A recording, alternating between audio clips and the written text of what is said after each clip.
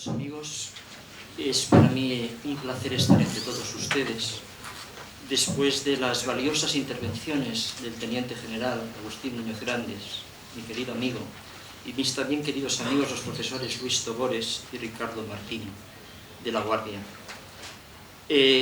Agradezco también las intervenciones, las comunicaciones. He aprendido bastantes cosas de ellas y estoy ya deseando poder tener las actas entre las manos. Y agradezco a todos ustedes su presencia y las muestras de afecto que he recibido en este rato. La verdad es que me siento muy complacido. La División Azul fue ante todo una realidad militar, de ahí que incumba fundamentalmente a los historiadores centrados en lo militar su estudio. Pero dado que participó en una guerra de carácter internacional, su configuración, acción y repatriación vinieron definidas grandemente por el aspecto diplomático. En él voy a centrar mi ponencia. Lo haré sobre la base de las interacciones antagónicas que se generaron entre Madrid y Berlín por una parte y Madrid y Londres por otra. Y lo haré en 8 puntos, siempre y cuando esté dentro del tiempo de los 45 minutos, porque si no, ya le he prometido al profesor que voy a cortar mi disertación. Y aquí tengo el reloj para hacerlo. Miren, cuando el 22 de junio del 41 la Wehrmacht atacó al Ejército Rojo, dio comienzo una despiadada guerra de conquista. Alemania sabía que aquello no iba a resultar fácil. Por todos es conocido el hecho de que no había ni calibrado de lejos el potencial con el que iba a enfrentarse. De ahí que ni tan solo disponía de una cartografía fiable del territorio ruso. Los generales alemanes han dejado su testimonio sobre ello, un testimonio interesado pero muy claro. Les refiero el trabajo de Siegfried Westphal, Las batallas decisivas de la Segunda Guerra Mundial, que es un libro que personalmente aprecio. Londres reaccionó de inmediato y se convirtió en la única capital europea que oficialmente levantó su voz contra la agresión. Así, el Foreign Office ofreció su pleno apoyo a Moscú, tanto a nivel económico como militar. Y ya de noche, el premier Winston Churchill pronunció un discurso radiado que condenó sin paliativos la invasión. Madrid vivió el inicio de todo aquello con una lógica exaltación y acabó por generar la División Azul. Las reticencias británicas... Perdonen, se oye lo que digo, es que no sé si me acerco mucho... Gracias, muchas gracias. Las reticencias británicas fueron muchas. De hecho, aunque Londres había optado por Franco durante el transcurso de la Guerra Civil, las relaciones entre ambos países eran tirantes. Difícil resultaba al gobierno de Su Majestad aceptar la manifiesta germanofilia de Franco y los suyos, patente desde poco después de que Hitler decidiese apoyar al bando nacional en 1936. Y no era consciente Londres de que Franco había cerrado de un plumazo la posible entrada de España en la guerra el 7 de diciembre de 1940, cuando manifestó al almirante Canaris que el país no estaba económicamente preparado para ello. Una excusa. Una excusa en tanto que la verdadera razón radicaba en la negativa alemana a entregar a España al imperio norteafricano francés, a cambio, por temor a una defección de las tropas francesas a la causa británica. Así pues, 2 meses antes del inicio de la invasión, el 23 de abril, Churchill había ordenado preparar una fuerza expedicionaria contra Portugal para tomar las Azores y Cabo Verde si el eje invadía la península. Y al día siguiente, 24 de abril, su Estado Mayor había propuesto movilizar las fuerzas contra España por medio de Puma, una operación destinada a ocupar una de las Islas Canarias. Unos días después vino el estallido de la crisis de mayo, que llevaría a José Luis de Arrese, José Antonio Girón y Miguel Primo de Rivera al gobierno. Ello generó una actitud expectante en la diplomacia británica que finalmente valoraría su desenlace como un claro triunfo de Franco sobre Serrano Suñer. en Londres, el 18 de junio, el duque de Alba se reunió con el subsecretario del Foreign Office, quien le informó de la concentración de tropas alemanas en la frontera con la Unión Soviética y le advirtió que no descartaba la posibilidad del inicio de una guerra. Recibida la noticia, los mentideros políticos de Madrid entraron en tensión. Finalmente, a las 6 de la mañana del domingo 22 de junio, 3 horas después de iniciado el ataque, la embajada en Berlín dio telefónicamente la noticia a Serrano Suñer. Poco después, por deseo de Ribbentrop, Storer lo telefoneó para comunicarle la decisión de invasión y los motivos que la habían generado. Serrano abandonó su domicilio en el madrileño barrio de Salamanca, se dirigió al Pardo, informó a Franco y le manifestó el deseo de Falange de contribuir con un contingente de voluntarios. Esto en su día pues me lo comentó él, habían sido varios los dirigentes que estaban en torno a él, que habían referido ya esa posibilidad días antes, en charlas de café. Era una cosa que ya tenían en mente si al final se materializaba esa posible lucha. La cuestión es que Franco, de entrada, no se opuso. Tras la reunión, se dirigió a la embajada alemana en el Paseo de la Castellana y comunicó a Eberhard von Storer la decisión española, el embajador alemán. Franco, según dijo, enviaría a Rusia algunas unidades de voluntarios falangistas en reconocimiento a la ayuda recibida durante la guerra civil, algo que, puntualizó, debería ser interpretado solo como un gesto de solidaridad y no como el anuncio de la entrada en la guerra, que no se produciría hasta llegado, entre comillas, el momento adecuado. Storer tomaba nota, consciente de que aquello iba a saber poco a su ministro, Ribbentrop. Finalmente, Serrano manifestó su alegría por cómo se había desarrollado el ataque y dijo estar seguro del éxito de Alemania. Storer telegrafió a Berlín el ofrecimiento español y solicitó, lógicamente, pautas de conducta ante el ofrecimiento de voluntariado falangista. La embajada británica, sita en la calle de Fernando el Santo, por el momento nada supo de los manejos de las acciones de Serrano Suñer. Demasiado ocupada estaba en aquellos instantes en digerir las noticias que le llegaban del ataque alemán. A las 2 de la tarde, el embajador Hoare, que era un hombre, ya hablaremos de la psicología de Hoare, pero era un hombre suficientemente inteligente como para aconsejar al Foreign Office evitar cualquier declaración o acción hostil y que se pudiese asociar en España, Gran Bretaña, con la Unión Soviética. Eso había que evitarlo. Creía, en el fondo, Hoare, que el ejército iba a frenar a Serrano Suñer y esperaba, eso sí, que hubiera alguna declaración oficial, pero de entrada no mucho más. Llegamos al lunes 23 de junio. Eso pasó en un día. El lunes 23, pero claro, no me voy a extender tanto en los días que siguen porque no iba a acabar, obviamente. Decirles, pero permítame sí, estos primeros días un poco referirlos con un cierto detalle. El lunes 23 de junio el ejército movió pieza e impuso ante Franco su participación en la guerra, lo que éste aceptó complacido en tanto que él era militar.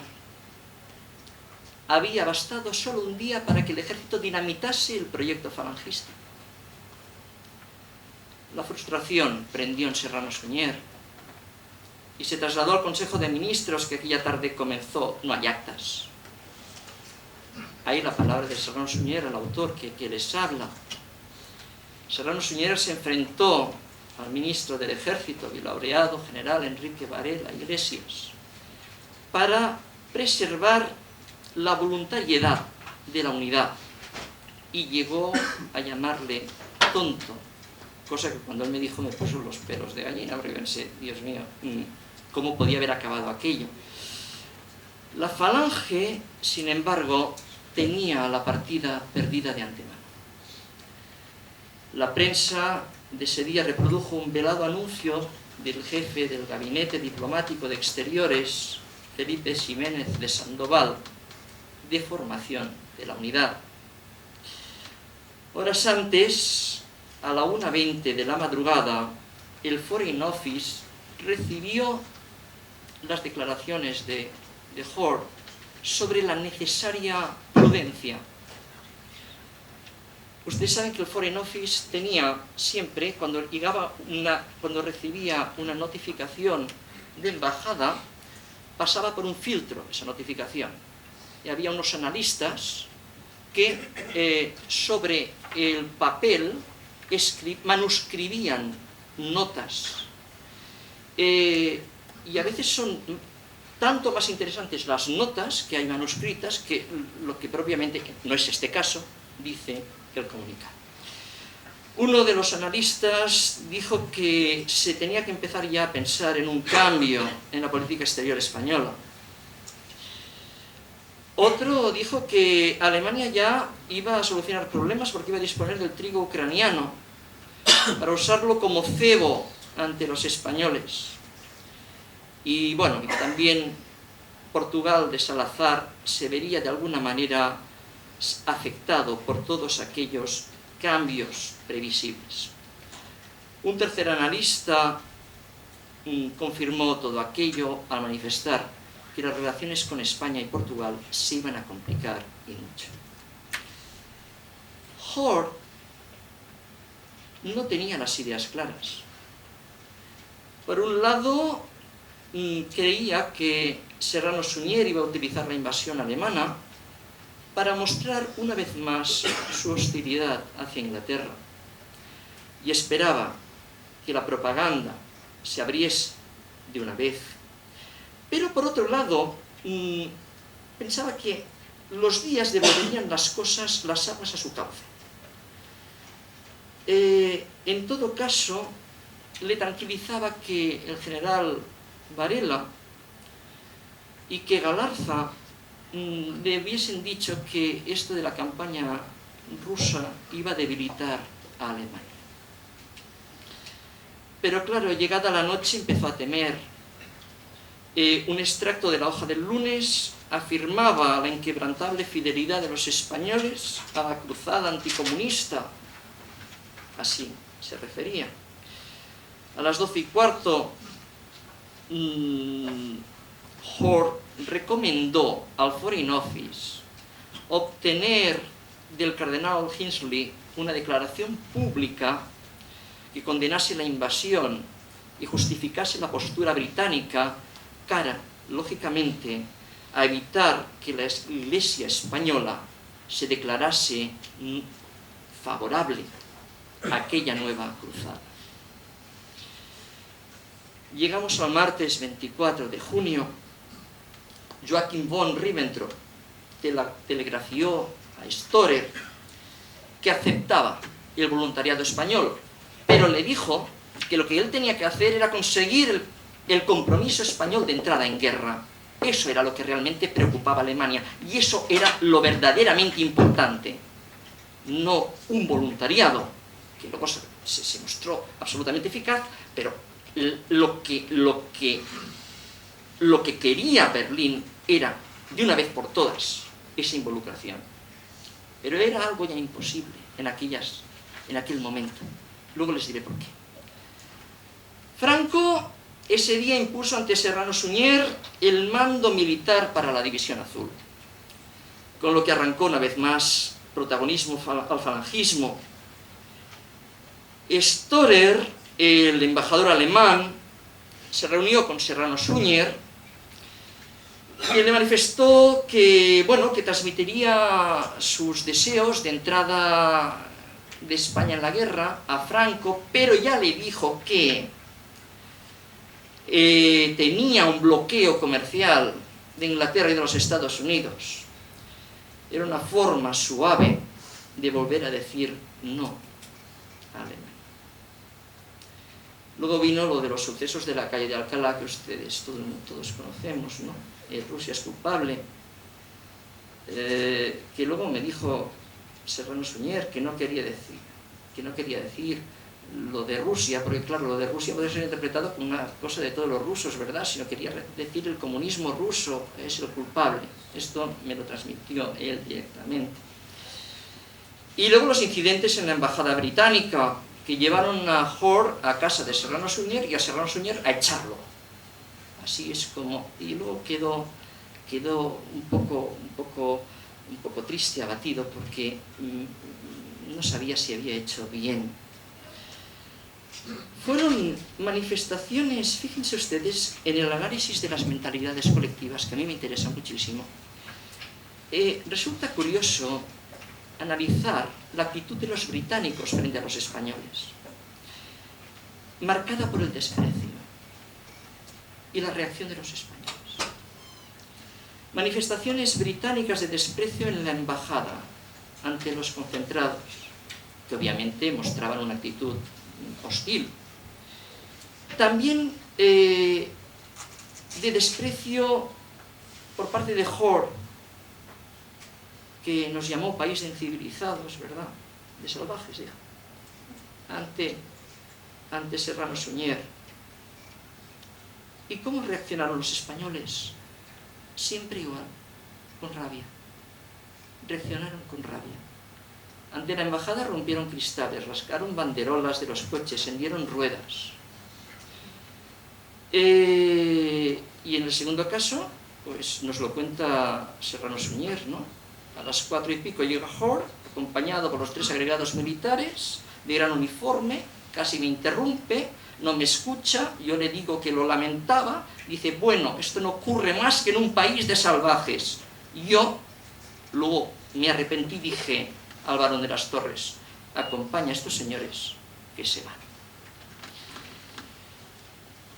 El miércoles 25 las baterías españolas del campo de Gibraltar, bajo el mando del general Agustín Muñoz Grandes, abrieron fuego contra un avión británico que sobrevolaba Algeciras, y los británicos respondieron desde el peñón con 2 o 3 cañonazos, los españoles replicaron con varios disparos, y podemos decir que probablemente aquel fue el punto de máximo desencuentro entre los dos países, en todo ese proceso. Yo creo, obviamente, no es que crea, es que lo afirmo, que el nerviosismo empañaba a todos en aquella situación. El Foreign Office estuvo estudiando la posibilidad de un embargo de petróleo. Y bueno, en aquel contexto, una germanofilia renacida en sectores amplios, comenzó la recluta para la División Azul, que como ustedes perfectísimamente saben, se desarrolló entre el 27 de junio y el 2 de julio. Durante aquel corto periodo de tiempo, Ribbentrop anunció algo muy importante a la embajada. Anunció que Alemania dejaría de presionar ya de una vez por todas a España para entrar en la guerra, Aceptaba la actitud tomada por los españoles. Hoare anunció al Foreign Office que el gobierno español realizaba un gran esfuerzo para reclutar hombres y que quería conseguir unos 20.000 hombres para Rusia. Allí en Berlín, una comisión ministerial decidió que convenía que los españoles estuviesen bajo mando único, y solo si el falangismo se mostraba muy reticente y daba problemas, se podría llegar a crear 2 unidades, una de ellas falangista. Y el miércoles 2 de julio, Serrano Suñer hizo una cuidada entrevista, ofreció una cuidada entrevista al corresponsal en Madrid del Deutsche Allgemeine Zeitung. En ella dijo que España iba a entrar en una guerra moral contra la Unión Soviética, el gran enemigo, hijo del pueblo español, al lado de Alemania. Bien, la embajada estuvo contenta y rápidamente informó a Berlín. Pero Hoare reaccionó inteligentemente. Hoare reaccionaba ante las cosas o con una irascibilidad extrema o con una paciencia a veces infinita, con una flema absolutamente británica. Y en este caso, pues le dio por ahí. Y dijo que todo aquello no añadía nada nuevo a lo ya sabido. Lo que el Foreign Office asumió, ¿no? Realmente aquello era pues una declaración de solidaridad y una advertencia a Washington para que evitase entrar en guerra. Los analistas del Foreign Office seguían analizando. Uno veía que efectivamente la influencia alemana iba a crecer y muchísimo. Otro decía que con el envío de pilotos a Rusia, porque ya se hablaba de esto, pues la potencia de la aviación española quedaría reducida, muy reducida. Él dijo a un 15%, pero bueno, no sé de dónde lo sacó. La cuestión es que un tercero dijo que por encima de todo, lo que aquello iba a generar eran muchas dificultades. Y al embajador había que pasarle la papeleta de lo que les venía encima a los británicos. Anthony Eden, el secretario de Estado de Exteriores británico, demostró también, yo creo que inteligencia por encima de todo, y dijo que mejor esperar y ya verían cómo se desarrollarían los acontecimientos. La recluta acabó y el día ya 4 de julio un miembro de la embajada británica se entrevistó con el nuevo ministro de la Gobernación, el coronel Valentín Galarza Morante, que le dijo que iba a ser el general Muñoz Grandes quien iba a comandar la unidad y que Serrano Suñer y el partido pues estaban muy entristecidos por cómo de alguna manera se les había orillado en su deseo de crear una unidad únicamente falangista. Pero bueno, lo que dice Galarza tampoco hay que resolver demasiado, o hasta cierto punto, porque sabemos bien que Galarza era realmente un oponente clarísimo, abierto, manifiesto, visceral al falangismo. Por tanto, lo que nos pasa a los historiadores, cuando tenemos un documento, no siempre podemos dar crédito al 100% a lo que estamos leyendo y muchas veces tenemos que interpretar sabiendo que podemos equivocarnos. Bien. Lo que sí que dijo Londres es que la unidad había quedado al mando de uno de los mejores y más resueltos generales españoles. Palabras textuales. Bien, no cabía duda de que también había fisuras en todo aquello. Al menos que Hoare la supo hiperbolizar. La recluta en Cataluña, en palabras de Hoare, había sido un ignominioso fracaso. Antes un miembro de aquí me ha comentado que me va a pasar un documento que demuestra que todo esto... Bueno, eso es lo que dijo Hoare. La palabra ignominioso es de él, ¿eh? Y que en Navarra la acción del carlismo no unificado pues había dejado la recluta también en unos niveles muy bajos. Eso es lo que dijo Hoare con cierta satisfacción. Veamos un poquito el periodo. Realmente no voy a acabar, eso está clarísimo, pero bueno, yo les comento lo que puedo, ¿eh? Y como que luego esto ustedes lo tendrán por escrito, que me lo han pedido ya escrito, pero cuando he estado aquí he empezado a hacer modificaciones y le pido a Luis Valiente que por favor tenga la amabilidad de aceptarme este escrito dentro de unos días. Sé que ya se lo daré, que no he traído ordenador y que ya desde casa introduciré las modificaciones pertinentes. Ahora sé que no se me podrá negar, ¿eh? Bueno, pues gracias. Bueno, ya saben ustedes que del 13 al 22 de julio hubo el transporte escalonado de voluntariado hacia Baviera, 19 expediciones, el 17 comenzó el entrenamiento en Grafenberg, con sus más y con sus menos. ¿Sí? Bueno, ustedes ya saben que allí hubo un choque de mentalidades.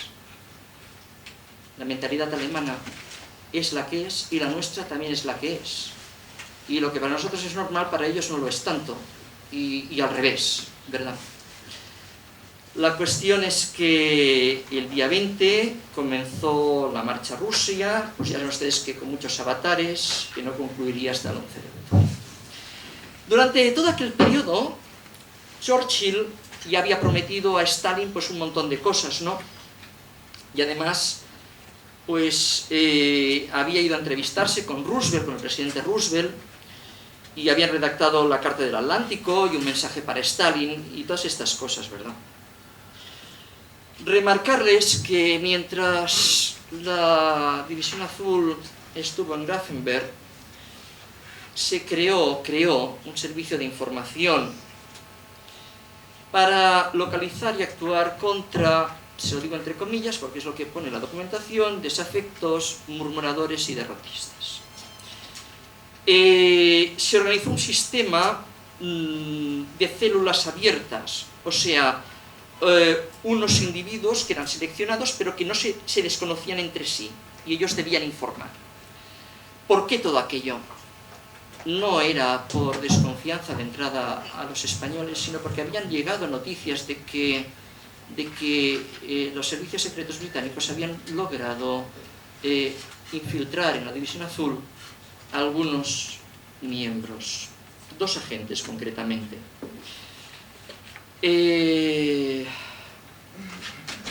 Bueno, a todo esto el duque de Alba estaba en Londres y ya Eden le había dicho que para Alemania las cosas se iban a complicar en Rusia.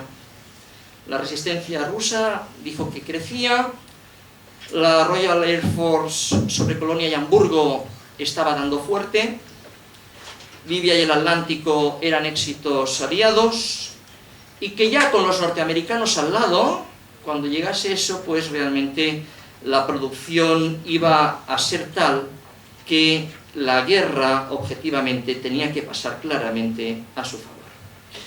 Además, el subsecretario, Richard Austin Butler, manifestó que lo importante de todo era que la Wehrmacht se iba a desgastar. Bien, y los británicos ya empezaban a hacer lo que luego hicieron mucho más. Empezaban a trabajar con las medias verdades, con las falsedades, pero de manera cualitativamente elevada. Se unieron, el consulado cogió a un grupo de empresarios catalanes y les dijo que, bueno, que estaban dispuestos los británicos a ocupar las Baleares, y de allí un desembarco en Cataluña, al norte, cerca de la frontera con Francia, y al sur en la desembocadura del río Ebro, que esto era una cosa que estaba ya prácticamente estaba ya decidida.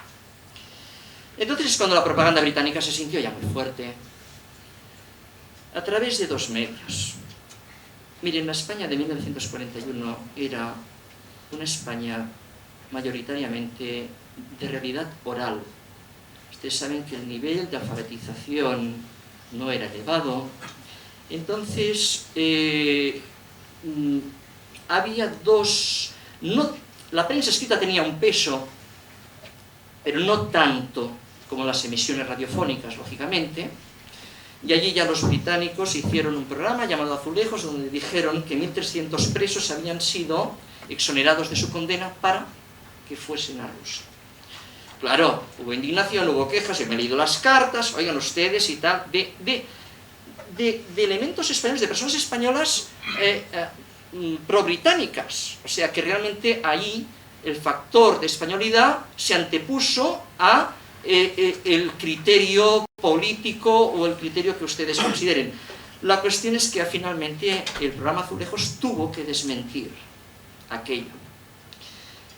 La transmisión oral, bueno, resulta ser que 376 divisionarios habían sido repatriados y a partir de ellos, bueno, dijo la embajada que habían sido retornados por enfermedades venéreas, que lo habían pasado fatal en Alemania, bla, bla. Bueno, hay que analizar los 376 casos. Y cuando se hayan analizado, pues veremos, pero cuesta de creer todo este planteamiento. En todo caso, lo que sí que es importante es que aquello caló y Sevilla y San Sebastián, allí ya hay localizados focos de transmisión de todas aquellas cuestiones. En Sevilla, pues, críticas, empezaban a decir que si los divisionarios, que si pasaba esto, que si pasaba aquello. Algunas señoras que iban a los oficios religiosos, parece ser que comentaban que si los divisionarios habían sido, no sé cuántos habían sido ejecutados, que estaban en San Petersburgo, que la cosa era fatal, y que en Kiev habían muerto 600, tal cual. Eso es lo que ponen los informes. Bueno, no era verdad, obviamente, todo aquello, lógicamente, porque no estaban en Kiev, entre otras cosas. Pero lo importante es que esto calaba. ¿Y cómo podría la embajada alemana hacer frente a todo ello? Pues, aunque parezca mentira, de forma muy limitada. Porque, repito, en una sociedad como la de España de 1941, el peso de lo oral se magnificaba. Y bueno, ¿qué hizo la embajada alemana? Pues hacer lo que podía, utilizar los medios de comunicación. Pues empezó a publicar en la prensa correspondencia de los divisionarios, verídica, no inventada, verídica. Y en la radio se empezó a leer cartas. Y claro, y se hizo una queja, ¿no? Pedirle al Ministerio de Exteriores que echase un vistazo a qué es lo que estaba pasando. Pero miren, había una cosa que estaba por encima de todo aquello, y es que la campaña de Rusia no duraba 8 semanas, como Hitler tenía en mente. Aquello no se resolvería en 2 meses, se largaba. Y ya Hoare empezó a pensar que algo empezaba a cambiar cuando Franco lo recibió el 24 de septiembre. Y el embajador estadounidense también empezó a pensar que algo estaba cambiando cuando Serrano Suñer lo recibió el día 30, y el 6 de octubre hizo lo mismo Franco. Aunque suene un poco... Pero yo tengo la sensación de que ya había elementos que llevaban a... Bien, decir, esto empieza a durar ya bastante. Piensen que la sección femenina estaba ya, desde hacía un tiempo, tejiendo material de abrigo. Bueno, era solo precaución, era que era. Pero algo de desánimo, un punto. No era tan rápido todo como estaba previsto que fuese. Y aquí se abren las diplomacias de 1941, 42 y 43, que yo quisiera a ustedes referirles, si no fuera porque me quedan solo 10 minutos, pero bueno, pues les transmitiré 2 pinceladas, ¿no? Lo del 41, queja diplomática española ante Alemania porque faltan comunicados. Ya José Finat, que es el nuevo embajador, pues ya tiene que saber qué es lo que pasa, etc. Y al final resulta que el OKV, el alto mando de la Wehrmacht, le dice que no, que se emiten informes. Lo que pasa es que estos informes, pues de alguna manera, luego no llegan al Ministerio de Asuntos Exteriores. Bueno, eso es lo que dice. Luego lo de los heridos, que Finat, bueno, supongo que porque se lo dice Serrano Suñer, quiere ir a visitar los heridos y tal, y que el alto mando alemán le dice que no es posible, pero finalmente un hombre con mucha sensibilidad, que fue Ernst von Weizsäcker, que era el secretario alemán de Estado de Asuntos Exteriores, pues de alguna manera incidió en la cuestión, y eso permitió al embajador Finat y al agregado militar Roca de Togores ir al frente, ¿verdad? Aunque solo durante 4 horas. Y ahí ya el general Muñoz Grandes ya le habló de las necesidades imperiosas de camiones, caballos, ropa de abrigo y café. Y café que no faltase. Quería hablarles a ustedes de los 3 viajes de Serrano Suñer a Alemania, porque los considero fundamentales. Pero no tengo tiempo. Decirles que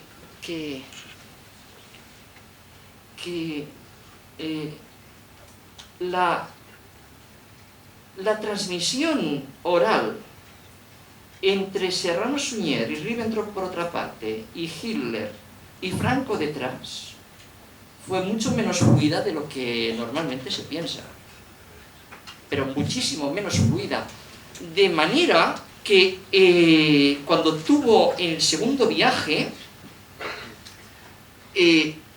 Serrano Suñer le recriminó a Hitler abiertamente el que no quisiese dar a España el imperio norteafricano francés.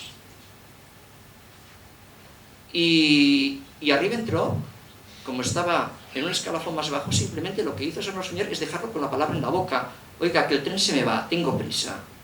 Le vino a decir.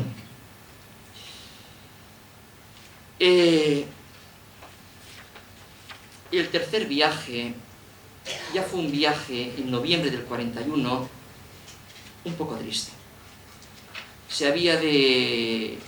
Había lo del pacto anticominterno, se había de renovar, pero si analizamos los discursos, entre ellos los de Ribbentrop, pues vemos ya que hay un pesimismo latente que refiere entre líneas, no lo refiere explícitamente, que las cosas no están yendo como tenían que haber ido. El ambiente general del viaje fue verdaderamente pesado y lo que han dicho los profesores antes, el 5 de diciembre se invirtió el signo de la guerra.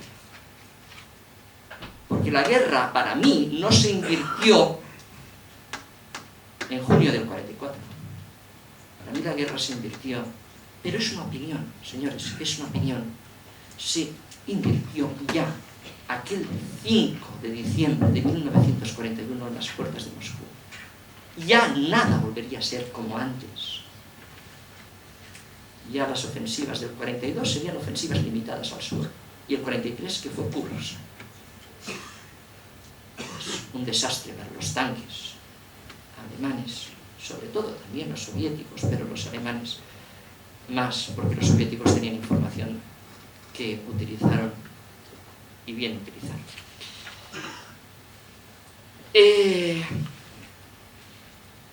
José Moscardó, el general, fue al cuartel general de Hitler después de Serrano Suñer y bueno, se encontró a un Hitler muy agobiado, muy agotado.